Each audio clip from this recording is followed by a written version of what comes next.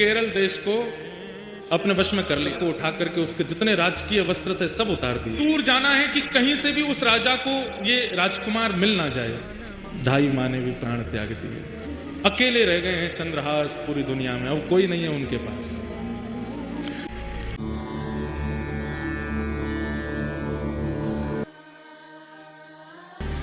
केरल देश में एक राजा थे, बड़े प्रतापी राजा, और उन प्रतापी राजा के यहां एक पुत्र ने जन्म लिया जिनका नाम उन्होंने रखा चंद्रहास। धीरे धीरे बालक जब 3 वर्ष का हो गया, बहुत सावधानी से सुनिएगा सब लोग, बालक जब 3 वर्ष का हो गया तब केरल देश में एक शत्रु राजा ने चढ़ाई की, और ऐसी चढ़ाई की कि पूरे केरल देश को अपने वश में कर लिया। अनंत संख्या लेकर के सैनिकों की आया, पूरे केरल देश पर आक्रमण कर दिया। उस आक्रमण में राजा मारे गए, सैनिक मारे गए। अब धीरे धीरे स्थिति की सेना ने भीतर देश में प्रवेश करके वहां की औरतों को, बच्चों को भी मारना प्रारंभ किया। जो क्रूर राजा जिसने आक्रमण किया था उसको पता चला, बोले कि राजा मर गया, रानी मर गई, पूरा परिवार मर गया, एक इनका 3 वर्ष का बालक है वो अंदर भवन में है, उसको मार दो तो आपकी विजय हो गई इस देश पर। जैसे ही उस राजा ने अंदर प्रवेश करना प्रारंभ किया तो एक धाई मां, जो चंद्रहास बालक की, उसको जैसे ही पता चला कि कोई आक्रमण में सब मारे गए हैं और अब वो राजा यहीं आ रहा है इस बालक को मारने के लिए, तुरंत बालक को उठा करके उसके जितने राजकीय वस्त्र थे सब उतार दिए। सोने चांदी आदि जो भी उसने पहन रखा था सब उतार करके फेंक दिए। मैले कुचैले वस्त्र जो सामान्य लोगों के होते हैं वो बालक को पहना दिए।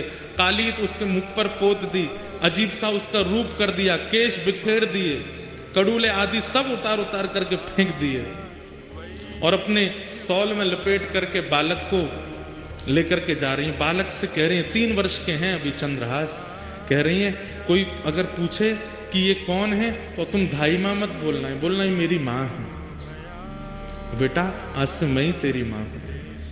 माता पिता दोनों चले गए, पूरा राज्य नष्ट हो गया। धाई मां ने बालक को अपनी सौल में लपेटा, गोद में लेकर के पीछे के रास्ते से सामान्य लोग जहां से भाग रहे थे वहीं से निकल के जाने लगे।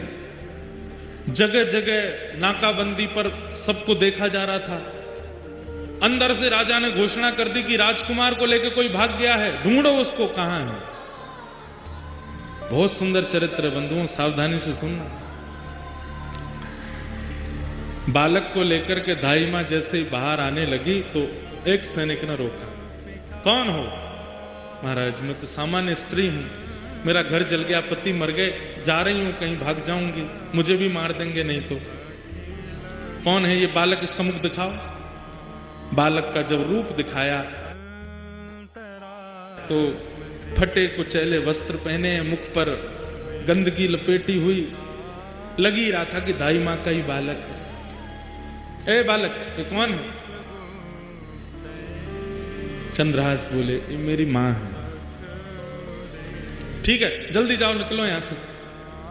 जैसे तैसे वहां से प्राण बचा करके उस बालक के वो धाई मां निकल गए। बहुत व्याकुल है चित्त से, इतनी दूर जाना है कि कहीं से भी उस राजा को ये राजकुमार मिल ना जाए। तो दक्षिण केरल देश से चलकर के वो मां उत्तर भारत तक चलकर के आई बालक को लेकर। महीनों लगे, साल लगे, कितना समय लगा पता नहीं। और ग्वालियर के पास में जो कुंतलपुर गांव जिसके बारे में हम लोग सुनेंगे, जहां के ये राजा बने कालांतर में, वहां पहुंच गए। वहां के तत्कालीन राजा कोई थे, उनके मंत्री थे, उसका नाम था दृष्टबुद्धि। क्या नाम था? दृष्टबुद्धि। दृष्टबुद्धि के पास जाकर के दाई मां ने कहा मैं दासी हूं, बहुत निपुण हूं, आप मुझे जो काम कहेंगे मैं करने को तैयार हूं, मुझे कोई नौकरी दे दीजिए। मां को लगा अब उत्तर भारत में कम से कम इतने 1000 किलोमीटर की दूरी है, कम से कम यहां सुरक्षित रहेंगे राजकुमार। दृष्ट बुद्धि, दृष्ट बुद्धि कुंतलपुर के राजा के मंत्री। मंत्री ने जैसे देखा, अच्छा ठीक है, हमारे यहां तो बहुत सेविकाएं हैं, काम तो लगे रहते हैं, क्या कर सकती हो? बोले जो कहोगे वो करने को। और ये तुम्हारा बालक, ये तो छोटा है, खेल लेगा यहां बाहर बच्चों के साथ में, ठीक है। और वहां उस धाई मां को एक नौकरी मिल गई, राजा के दरबार में कुछ काम आदि करती। और चंद्रहास राजकुमार, अब पूरा नगर दाई मां को जानता है, जितने लोग जानते हैं सब कहते हैं ये बालक कौन है? बोले कि ये दासी पुत्र है। कहां एक राजमाता का पुत्र, कहां एक राजा का राजकुमार, और अब क्या बन गए हैं? दासी पुत्र। 2-2 दिन तक भोजन नहीं मिल पाता है, रात्रि सोने की व्यवस्था नहीं हो पाती है, दाई मां के साथ ही चंद्रहास रहते हैं।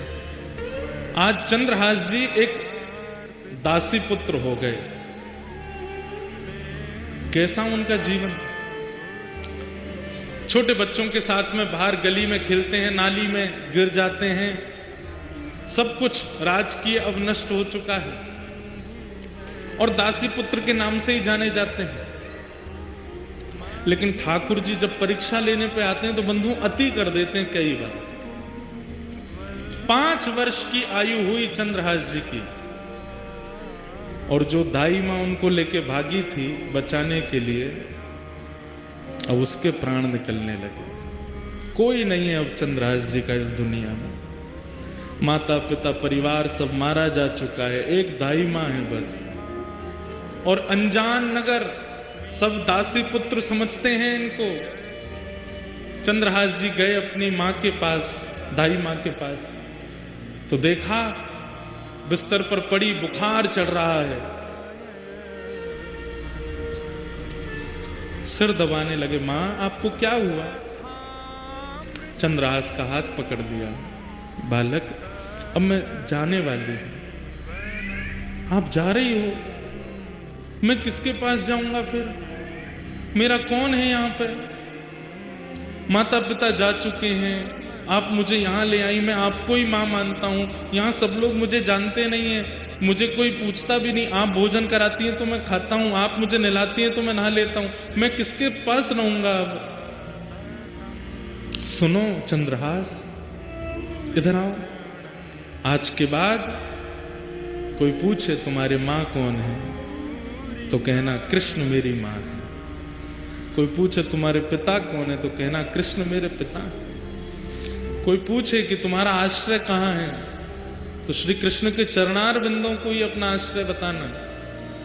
कोई पूछे तुम्हारा सर्वस्व कौन है तो कृष्ण ही तुम्हारे सर्वस्व। बोलो चंद्रहास तुम्हारी माँ कौन है? चंद्रहास रोते हुए बोलते हैं कृष्ण मेरी माँ है। जानते भी नहीं है कृष्ण है कौन, बस माँ समझा रही है। कौन है तुम्हारी माँ? कृष्ण मेरी माँ। तुम्हारे पिता कौन है? कृष्ण मेरे पिता हैं। तुम्हारे सर्वस्व कौन है? कृष्ण मेरे सर्वस्व। और यही कृष्ण मेरे सर्वस्व, कृष्ण मेरे सर्वस्व कहते कहते कहते दाई माँ ने भी प्राण त्याग दिए। अकेले रह गए हैं चंद्रहास पूरी दुनिया में, अब कोई नहीं है उनके पास। चली गई माँ। किसी के घर में किराए पर या कैसे भी रहती थी, उन घर वालों ने चंद्रहास जी को घर से निकाल दिया। मां तो थी, काम करके कुछ देती थी, अब तू अकेला क्या करेगा यहां पर, निकल जा। छोटे से 5 वर्ष के चंद्रहास निकल गए घर से। कभी किसी वृक्ष के नीचे सो जाते हैं, कभी किसी तालाब के पास पहुंच करके वहां जल पी लेते हैं। नगर में ही रहते हैं, किसी ने नगर से नहीं निकाला, पर अपने घर कोई नहीं बुलाता उनको। जो बच्चे खेलने आते थे वो भी अब दूर दूर रहने लगे। बस एक ही बात रटते रहते हैं, कृष्ण मेरी माँ है, कृष्ण मेरे पिता हैं, कृष्ण मेरे सर्वस्व। कृष्ण मेरी माँ है, कृष्ण मेरे पिता हैं, कृष्ण मेरे सर्वस्व। कभी कोई साधु महात्मा मिल जाते, अरे बालक अकेले कहां घूम रहे हो, छोटी अवस्था, मां कहां है तुम्हारी? कृष्ण मेरी मां है। अरे पिता कहां है तुम्हारा? कृष्ण मेरे पिता हैं। घर कहां है तुम्हारा? ठाकुर जी के, कृष्ण के चरण ही मेरे घर। संत जन देख करके सुन के बड़े खुश होते, हृदय से लगाते, फल आदि दे देते। तो चंद्रहास जी खूब प्रेम से पाते। 5 दिन हो गए, प्रसाद नहीं मिला, खा लेते। ऐसी स्थिति चंद्रहास जी की रहती है। बैठे, कुछ बालक छुप करके आ गए उनके पास। बोले चंद्रहास हमारे साथ कुछ खेलो ना। बोले कौन सा खेल खेलोगे? बोले तुम बताओ, वही खेलेंगे। बोले बाकी खेल तो मुझे नहीं आते, कीर्तन रूपी खेल आता है। बोले कीर्तन रूपी खेल ही खेलो। बोले इसमें क्या करना पड़ता? बोले एक गाएगा, बाकी सब उसके पीछे गाएंगे। जीतेगा हारेगा कौन? बोले सब जीतेंगे, हारेगा कोई भी नहीं। कीर्तन रूपी खेल में कोई नहीं हारता, सब जीतते हैं। चंद्रहास जी अपने भुजा उठा करके चारों तरफ बालकों को बैठा करके कीर्तन करते हैं। सारे बालक चंद्रहास जी के पीछे पीछे गाते हैं। ऐसा मधुर संकीर्तन हुआ, गांव के लोग देखने लगे, अपने अपने बच्चों को भगा करके ले गए वहां से। मना किया था ना इसके पास मत आना, अभागा है, पता नहीं कहां से आया, इसकी मां का भी कोई परिचय नहीं, 2-3 वर्ष यहां रही, दासी बनकर के मर गई वो भी, अब इसके पास कोई नहीं आएगा। दूर रहते थे से।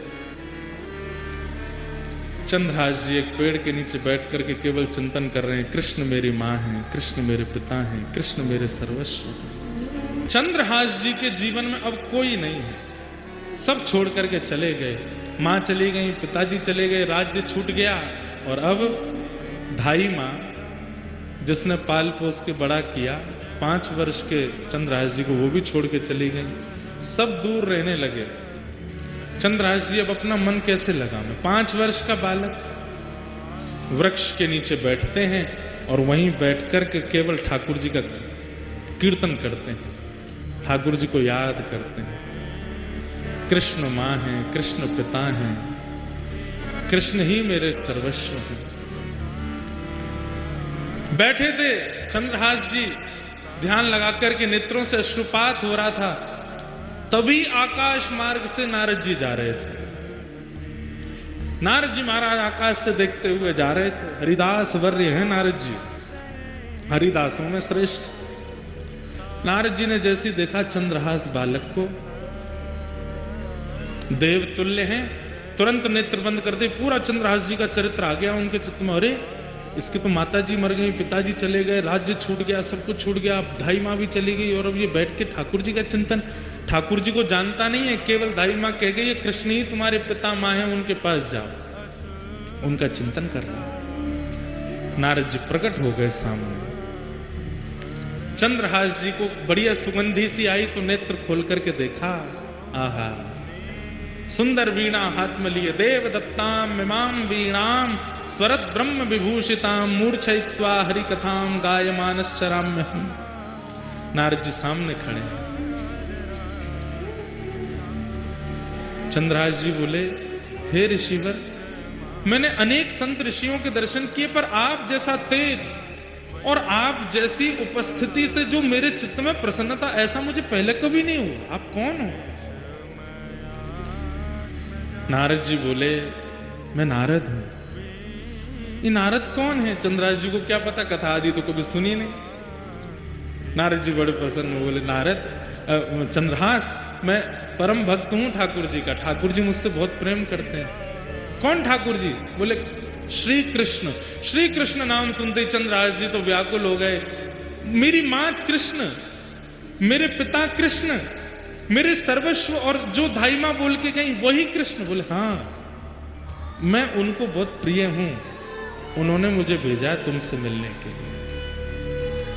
चंद्रहास जी रोने लगे, मेरे सब छोड़ के मुझे चले गए, धाई मां बोल के गई कृष्ण ही मेरे सर्वस्व में, वो मुझे कैसे मिलेंगे? कृपा करके मुझे बताओ। नारद जी महाराज बोले, मिलेंगे, जल्दी मिलेंगे। उससे पहले तुम्हें अभी बहुत कुछ करना है और तुम्हारे द्वारा बहुत कुछ होना है, ताकि और वैष्णवों को भी प्रेरणा मिले। इसलिए चंद्रहास, सबसे पहले तुम दीक्षा ग्रहण करो, आओ मेरे पास।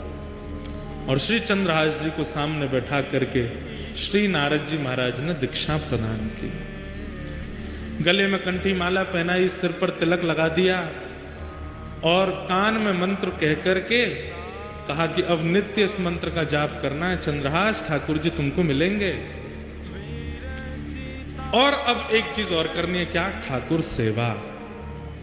सेवा से मन की मनीलता जाती है।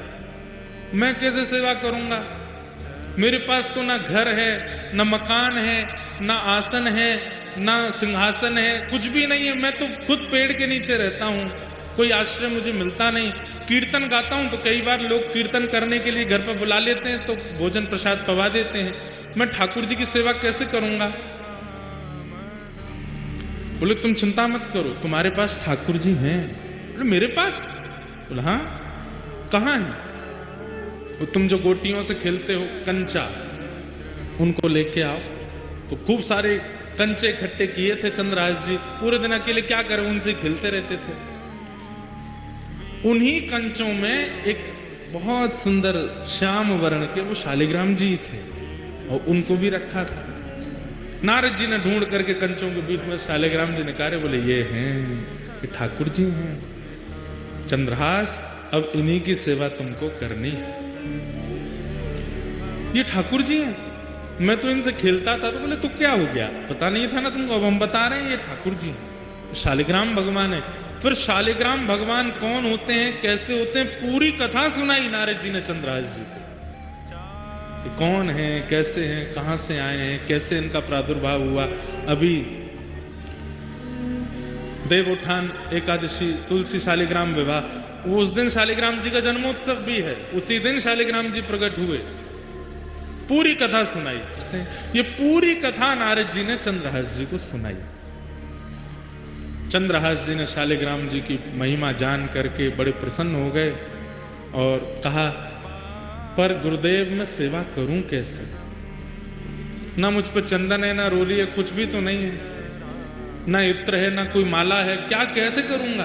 तब नारद जी ने कहा, बोले सबसे सरल सेवा है इनकी। बोले क्या?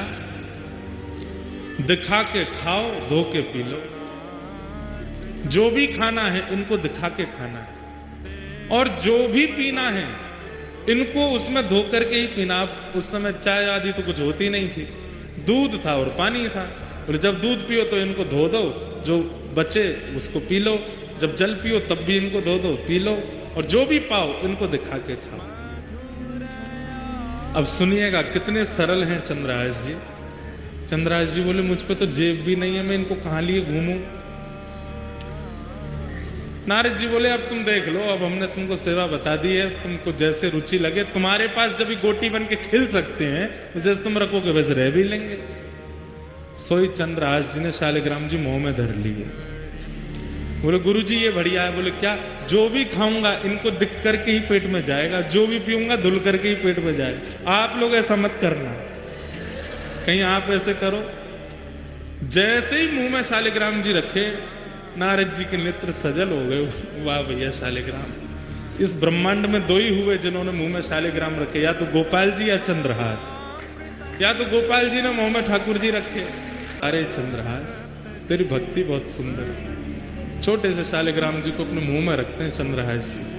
जो भी खाते हैं उस खाई हुई वस्तु को शालिग्राम जी देख लेते हैं, पा लेते हैं, मुंह में लेके वस्तु कहते हैं, है शालिग्राम देख लो का खा रहा हूं, पा लेते हैं। जब जल पीते हैं तो शालिग्राम जी का स्पर्श होके चला जाता है। ऐसे चंद्रहास भक्त